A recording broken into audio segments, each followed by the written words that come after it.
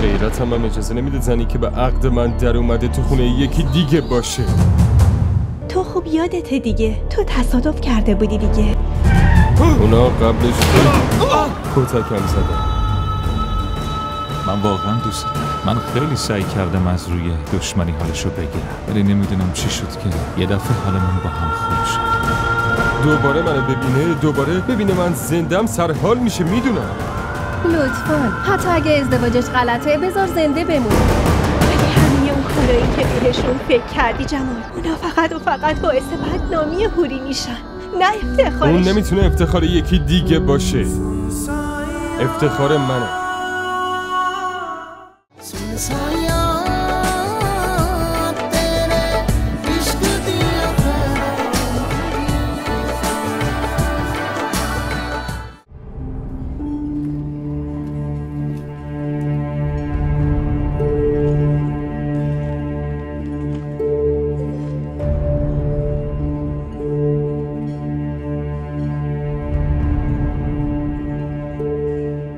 اصغر؟ جمال؟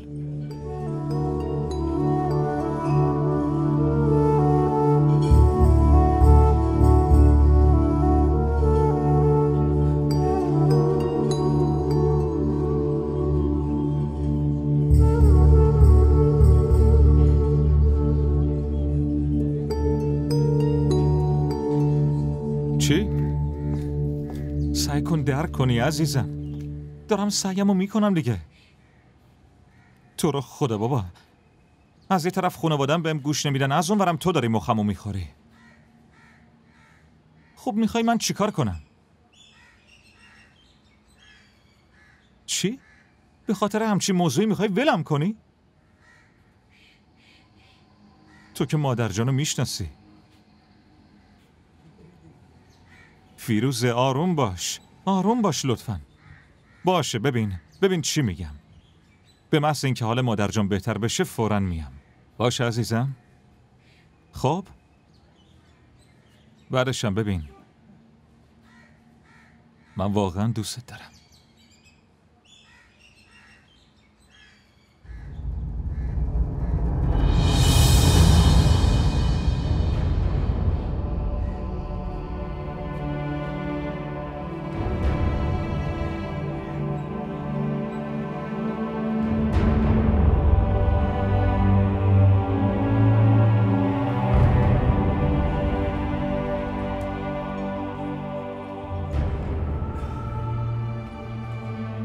جمال جان، ما نمیدونستیم چی کار کنیم. راه دیگه ای نداشتیم جز این که زیرش بزنیم. پس یعنی خانواده‌اش حرفاشو باور نکردن، برای همینه به یکی دیگه دادنش. اون موقع فقط به فکر جونمون بودیم. به زنده داشت چی باید میگفتیم؟ میتونستید امانتمو بفرستید روستامو. جمال جان، وقتی معلوم نبود تو زنده یا مرده چطوری میفرستادیمش روستا؟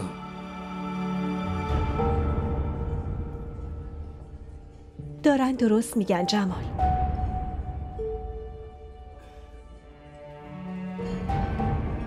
اگه اینا عقب نمیکشیدن ممکن بود براشون دردسر درست میشد.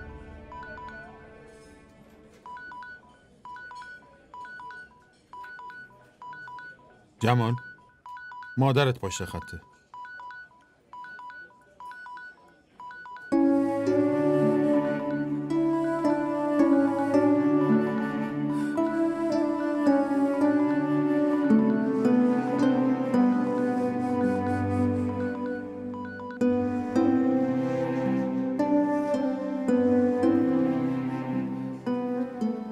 مامان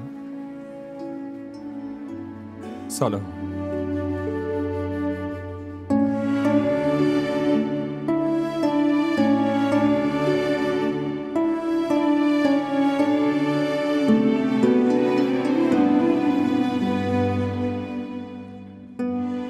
مادر جمال بود؟ بله، بیچاره هر روز زنگ میزنه حال جمال رو میپرسه. تا جمال اومد فوراً بهش پیام دادم.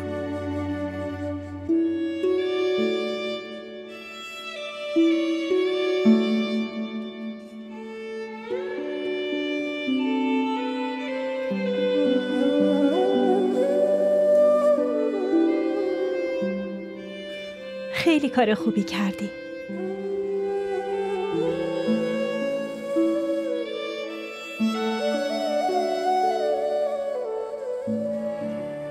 برام دعا کن مامان.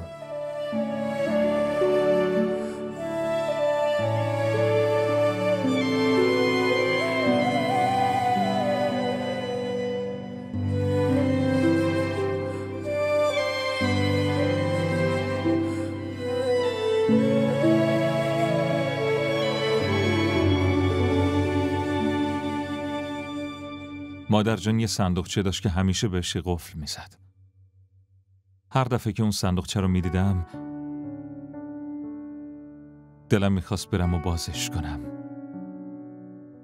وقتی مادر جان بهم میگفت نزدیکش نشو بیشتر کنجکاو میشدم.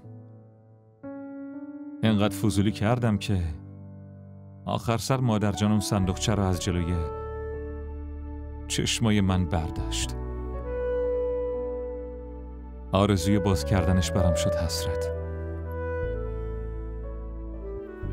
عشقم برای من مثل اون صندوقچه است. خیلی دوست دارم داخلش رو ببینم.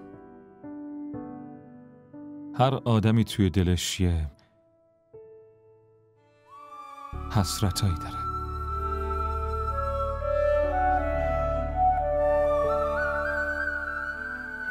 نمیخوام حسرت اون صندوقچه و اون عشق تا ابد رو دلم بمونه و از دنیا برم. اسم این صندوقچه چیه؟ فیروزه. درست مثل اسمش یه دختر زیباست و مغرور. تو هم همینی.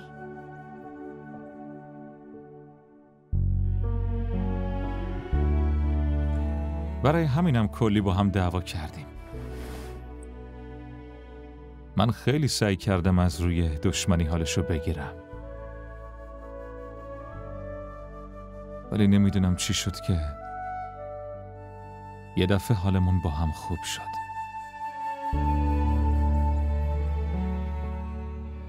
منم بدون اینکه بفهمم قفلی که سنت ها به پام زده بودن و شکستم.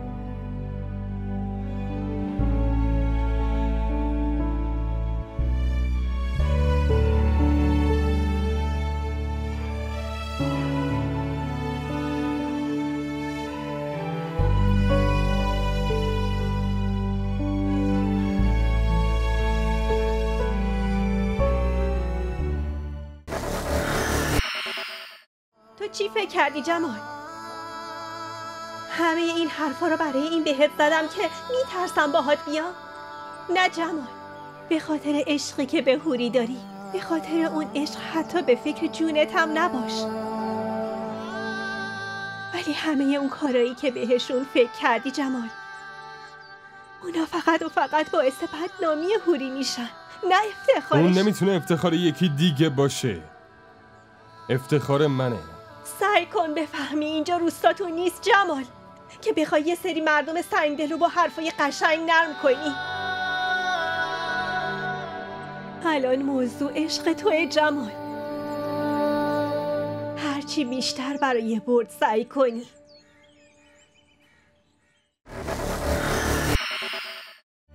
خانوادش خبر نداشتن، ولی حوری که میدونسته عقد کرده. بعد چطوری راضی شده دوباره عقد کنه؟ من هم دارم به همین فکر میکنم. تو مذهب اینا که زن یه بار عقد میکنه چطور میتونه دوباره عقد کنه؟ این تو هیچ مذهبی قبول نیست. ماها که مردمونم بیچاره ها نمیتونن دوباره زن بگیرن. قشنگ فکر کن. نکنه طلاقش دادی. مگه دیوونه شدی فائزه؟ چطوری تو یه روز هم عقد کرده هم طلاق داده؟ از کجا معلوم مجبورش نکردن؟ بعدم ما نمیدونیم که این تصادف کرده یا عمدن زدنش.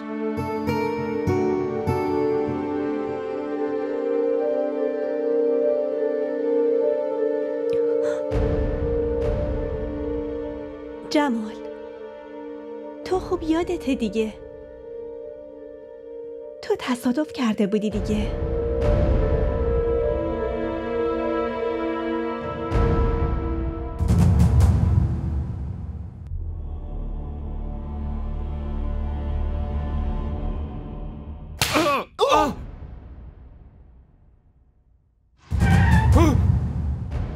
اونا قبلش خیلی کتکم زدن.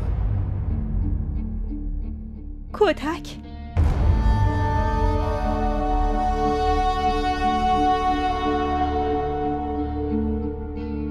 پلیسا رو میگم. پلیسا خیلی کتکم زدن. پس همون. من به همچین عشقی لعنت میفرستم. داری به چی فکر میکنی جمال؟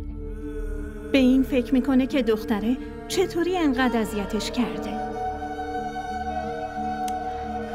نه فائزه، هوری کاری بهش نداشته. اون بیچاره خودش بعد تصادف چقدر دنبالش میگشته. معنیش اینه که دختره رو مجبورش کردن. با وجود عقد دوباره به زور عقدش کردن. نظرت چیه؟ نباید این دوتا رو به هم برسونی. حتی فکرشم نکن. وگرنه انقدر میزننتون که اسمی هم ازتون نمونه. فهمیدی؟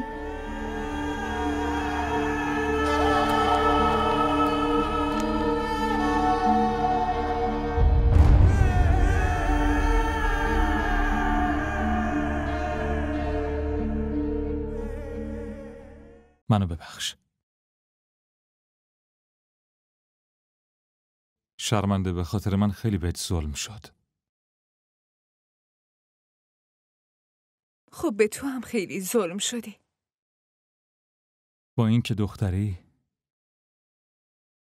جلوی اونا وایسادی، ولی من مرد هیچی. تازه از بچگی بهم میگفتن چه شجاعی.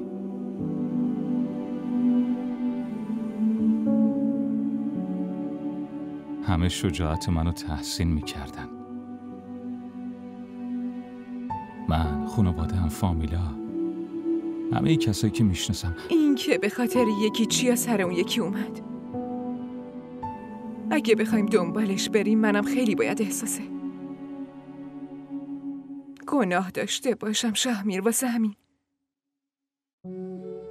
بهتره این حرفا رو الان بذاریم کنار. جای اینکه غلطامونو بشماریم با شرایطی که الان هست کنار بیاییم با هم دیگه. ولی بازم هوری، من که گفتم بهت خودتو مقصر ندون اصلا. این چیزا پیش میاد.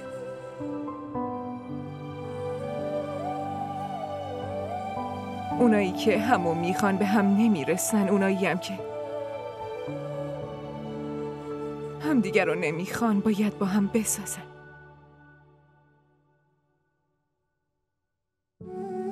گل، شاخه، تیغ،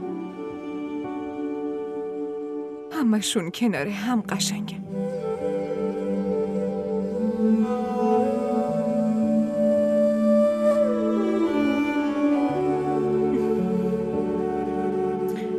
خب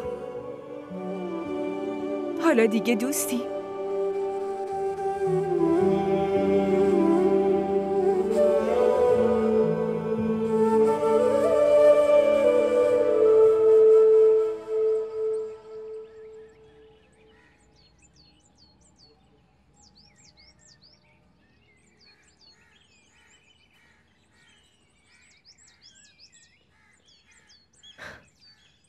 بشین جمال. بهت نگفته بودم که بیایم اینجا؟ حالا بگیر بشین. باید باهات حرف بزنم. بشین.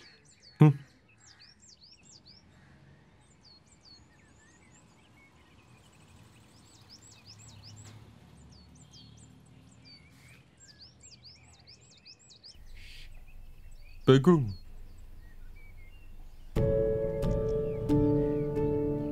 میدونی جمال، چند سال پیش یکی دقیقاً عین تو اینجا رو همین نیمکت دستم رو ول کرد و رفت که دست یکی دیگر رو بگیره.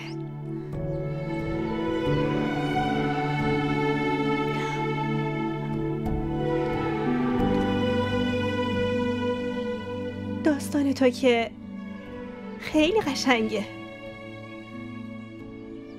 توش کسی دل کسی رو نشکونده، کسی دست کسی رو ول نکرده، کسی وسط رو جدا نشده و اون یکی رو تنها نذاشته. هرچی که شده شرایط پیش آوردتش. خیانت دیدن و ترک شدن خیلی سخت جمال. خدا رو شکر هنوز باهاش روبرو نشدی. از کتک پلیس و زخمای تصادف خیلی بدتر و دردناکتره. اونقدر وحشتناکه که نه میذاره زندگی کنی نه بمیری.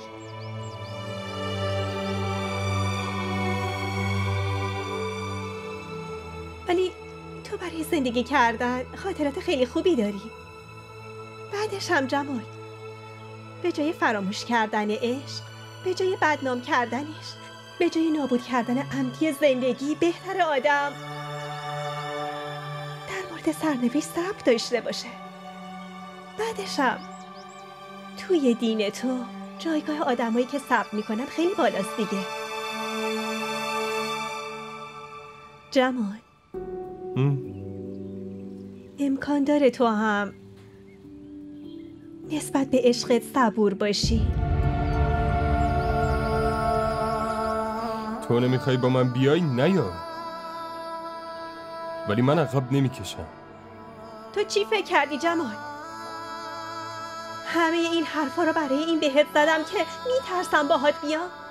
نه جمال، به خاطر عشقی که به حوری داری، به خاطر اون عشق حتی به فکر جونت هم نباش. ولی همه اون کارایی که بهشون فکر کردی جمال، اونا فقط و فقط باعث بدنامی حوری میشن، نه افتخارش. اون نمیتونه افتخار یکی دیگه باشه، افتخار منه. سعی کن بفهمی اینجا روستاتون نیست جمال، که بخوای یه سری مردم سنگدل رو با حرفای قشنگ نرم کنی. الان موضوع عشق توی جمال. هرچی بیشتر برای برد سعی کنی،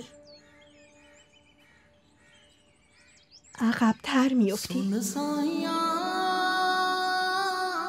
مریم، قضیه برد و باخت نیست،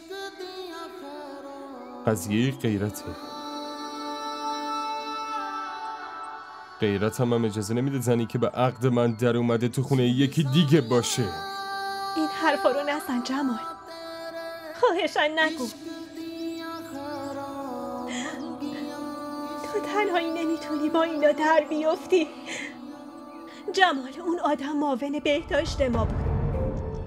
من خیلی خوب میدونم چه آدم خطرناکی و چه بلاها که میتونه سرت بیاره. اینو خودت هم خیلی خوب میدونی جمال. خواهش میکنم حوری رو فراموش کن.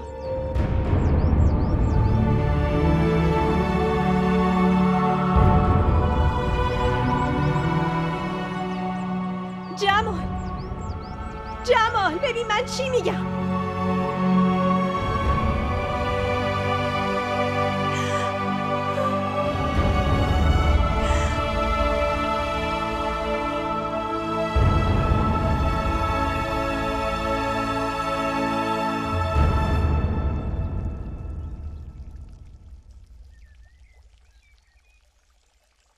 به چی فکر میکنی؟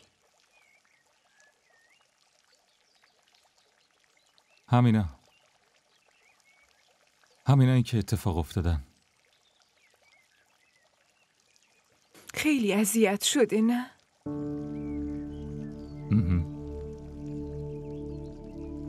ولی وقتی بهش درباره تو و رابطمون بگم اون وقت ممکنه درک کنه. البته امیدوارم همین بشه. خودم راضیش میکنم. یکم طول میکشه ولی مطمئنم قبول میکنه.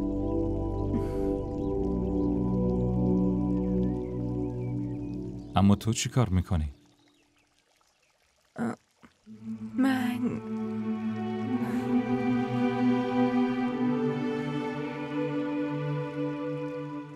من همینجا میمونم پیش مادرجان، مامان، زن داداش ربیعه، داداش قیصر و غلام رسول.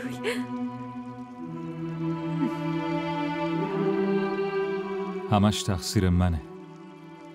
اگه به این ازدواج راضی نمی شدم تو هم مجبور نبودی اینجا بمونی. منظورم اینه که ببین شاهمیر، تو بازم همون حرفا رو شروع کردی که بهت که گفتم من خوبم.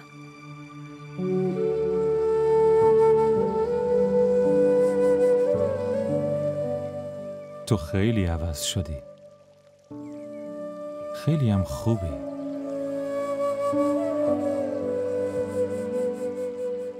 اگه از اول میدونستم که اینقدر دختر بسازی هستی هیچ وقت نمیذاشتم اذیت بشی.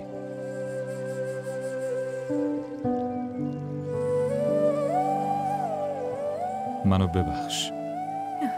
یا هی از هم عذرخواهی کن یا با هم دوست باش. ولی بازم بذار یه بار دیگه ازت عذرخواهی کنم هوری، چون هر اتفاقی داره میفته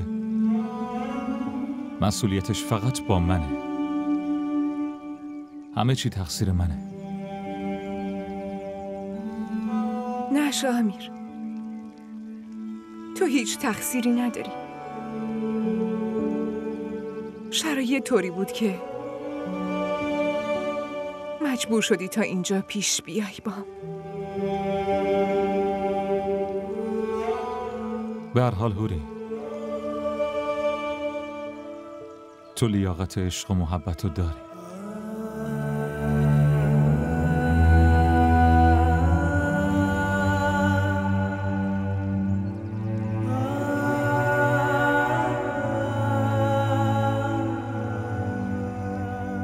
شاهمیر، اگه منظورت از عشق و محبت وجود یه مرده، برای من اون عشق از بابام شروع میشه، به بابام ختم میشه.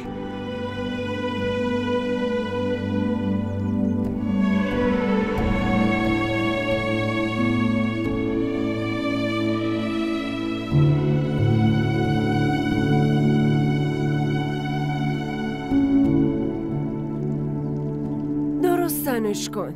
مادر جان تنگه، فکر کنم بهش نمیخوره. چطور نمیخوره؟ من برای بابا بزرگش، بابای بابا بزرگش با دست خودم دوختم. من تو اندازه گیری استادم. آره مادر جان درست میگی. شما همیشه مگس رو روی هوا میزنی. مگه میشه اندازه گیریتون اشتباه باشه؟ سر تو اشتباه کردم. تا ما رو میدیدی سر به زیر میشدی، اما حالا جیغ و ولنگت رو هواست. یعنی چی مادر جان؟ تو خونه خودم نمیتونم شوخی کنم و بخندم؟ ناراحت نشو، داشتم شوخی میکردم. به خاطر نیش باز توئه که این خونه رونق داره. هوری بیا اینجا، بیا ببین چه لباس خوشگلی برای بچم دوختم. ببین چطوره؟ خیلی خوبه مادر جان. اگه زنده بودم برای بچه‌های تو هم میدوزم. بیا هوری دخترم، کجا میری؟ بشین پیش ما. مامان باید با داداش قیصر حرف بزنم. با قیصر؟ بله شما بشینید، من یکم دیگه میام.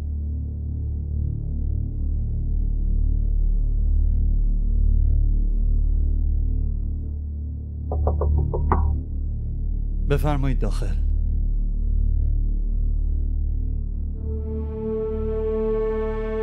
داداش قیصر،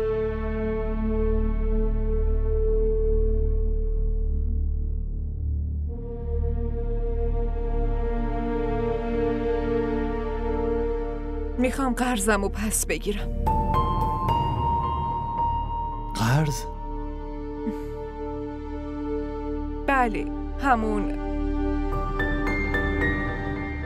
طبق رسم ازدواج قول داده بودی همه ی خواسته هامو قبول کنی. یادت که نرفتی.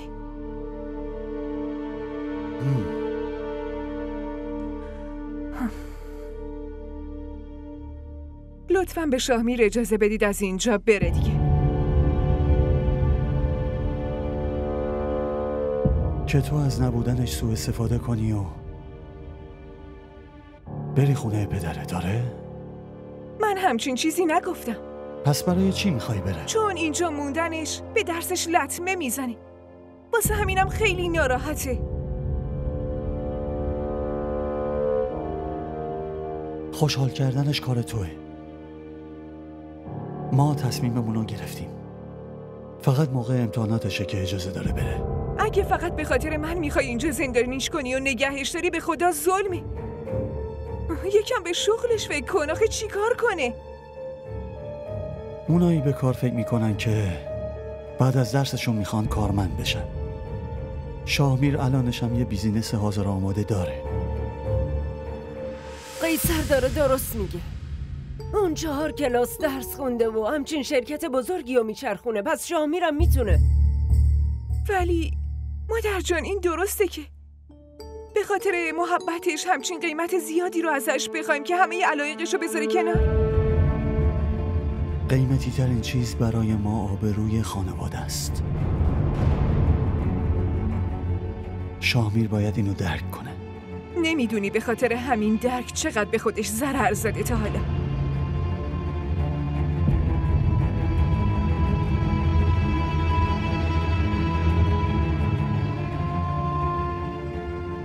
سعی کن منظور هوری رو بفهمی. وقتی شاهمیر برای ما، برای خوشحالی ما از خود گذشتگی کرده، برای چی الان باید بزنیمش زمین آخه؟ وقتی هوری هیچ مشکلی با رفتنش نداره، دیگه ما چرا باید بخوایم دخالت کنیم؟ خیلی خوب. حالا اول شما اون ماه عسلتون رو برین. ببین عزیزم، حتما باید چند روزی رو با هم باشین. دختر عزیزم، اینطوری رابطه بین زن و شوهر قوی تر میشه. مادر جان، الان از همه چی مهمتر درس شاهمیره. بعدش هم رابطه ما الانش هم خیلی قویه. نیازی نیست که با هم دیگه بخوایم بریم سفر. ولی بازم بلافاصله بعد از ازدواج خوب نیست که زن و شوهر انقدر از هم دور باشن. مادر جون، اجازه بدین شاهمیر از اینجا بره.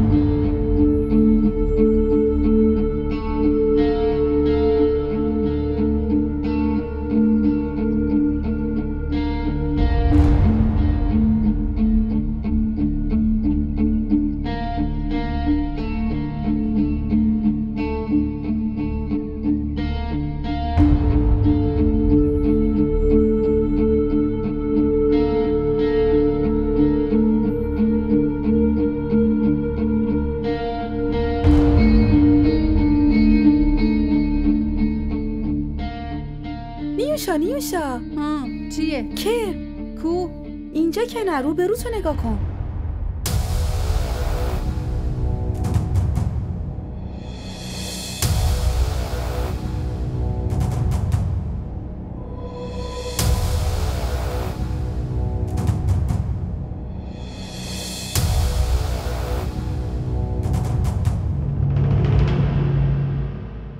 قبول دارم جمال، در حقت ظلم شده. ولی الان اگه بخوای هوریو ببینی، از قبلا برای دوتاتون بدتر میشه. هیچی برام مهم نیست. فقط هوری برام مهمه. ببخشید. منم واسه همین میگم جمال. اون با بدبختی خودشو جمع و جور کرده. میخوای دوباره ببینیش و اذیتش کنی؟ نیوشا باور کن، من همه چیو درست میکنم. دوباره منو ببینه، دوباره ببینه من زندم، سر حال میشه. میدونم. منم همینو نمیخوام. معنی سر حال شدن رو میدونی؟ مرگ پدر و مادرش، مرگ ازدواجش. اون الان با یکی دیگه وصلت کرده.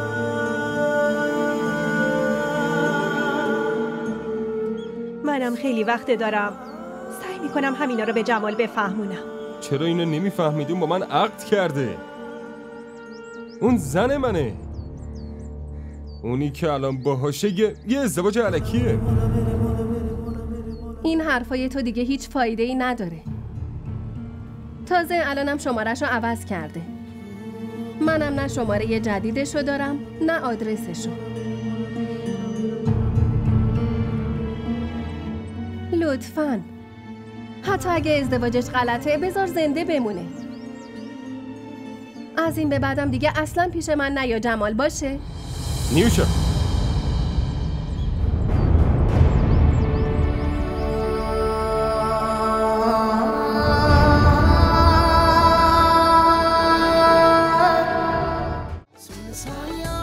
اگه از این قسمت خوشتون اومد برای دوستاتون هم بفرستید.